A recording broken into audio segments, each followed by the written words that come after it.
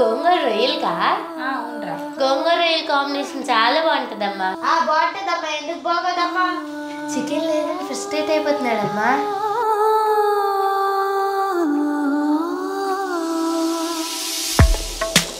Hi అండి, welcome to రాగ్లేకాస్ kitchen. మేము ఈ మధ్యన చేసిన గోంగూర రొయ్యల రెసిపీ ఇన్స్టాగ్రామ్లో చాలా వైరల్ అయ్యిందండి. చాలామంది పర్సనల్గా ఈ రెసిపీ ఎలా చేశారో చెప్పండి అని మెసేజ్ చేస్తున్నారండి. ఇప్పుడు ఈ రెసిపీని ఎలా చేశానో నా మాటల్లో చూద్దాం రండి. ముందుగా 4 ఉల్లిపాయలు, 6 పచ్చిమిరపకాయలు, 1 టమాటా కట్ చేసుకొని పక్కన పెట్టుకోవాలి. కళాయిలో 3 స్పూన్స్ ఆయిల్ వేసుకొని కట్ చేసుకున్న పచ్చిమిరపకాయల్ని, బాగా శుభ్రం చేసుకున్న గోంగూరని, ఇంకా కట్ చేసుకున్న 1 టమాటా ముక్కల్ని వేసి బాగా ఉడికించుకోవాలి.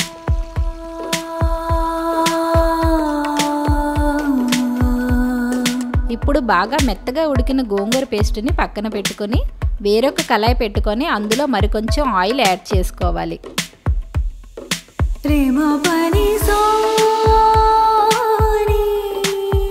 ముందుగానే ఉప్పు, పసుపు వేసి బాగా శుభ్రం చేసుకున్న రొయ్యల్ని ఆయిల్లో వేసుకోవాలి. ఇప్పుడు 1/2 teaspoon salt, 1/2 teaspoon పసుపు వేసుకొని మంటని సిమ్లో పెట్టుకొని 10 నిమిషాల పాటు రొయ్యల్ని బాగా వేపుకోవాలి. వేగిన రొయ్యల్ని వేరే ప్లేట్లో తీసుకొని ఇప్పుడు అదే కళాయిలో మరికొంచెం నూనెని యాడ్ చేసుకొని అందులో తరిగిన ఉల్లిపాయలు వేసుకొని బాగా వేగించుకోవాలి. ఇప్పుడు 1.5 స్పూన్ అల్లం వెల్లుల్లి పేస్ట్ వేసుకొని మరికొంచెం సేపు వేగించుకోవాలి. కొద్దిగా కరివేపాకు, 1 స్పూన్ ఉప్పు, 2 స్పూన్ల కారం వేసుకొని బాగా కలుపుకోవాలి. అందులోనే వేగించుకొని పక్కన పెట్టిన రొయ్యల్ని యాడ్ చేసుకొని బాగా కలుపుకోవాలి. ఇప్పుడు 2 గ్లాసులు వాటర్ వేసుకొని 30 నిమిషాల పాటు రొయ్యల్ని మెత్తగా ఉడికించుకోవాలి.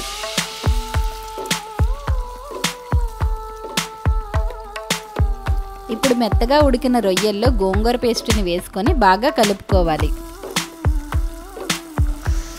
అబ్బా హ్యాపీయే కదా అమ్మా, కూర కుతకుతలాడుతుంది. ఇప్పుడు మరికొంచెం వాటర్ యాడ్ చేసుకొని ఇందులో 1 స్పూన్ ధనియాల పొడి, 1/2 స్పూన్ జీలకర్ర పొడి, 1 స్పూన్ గరం మసాలా, కొంచెం కసూరి మేతిని యాడ్ చేసుకొని బాగా కలుపుకొని 10 నిమిషాలు మంటని సిమ్లో పెట్టుకోవాలి. చివరిగా కొత్తిమీర వేసుకొని స్టవ్ ఆఫ్ చేసుకోవాలి.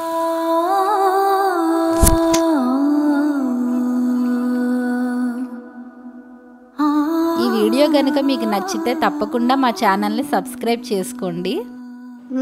చాలా బాగుందమ్మా.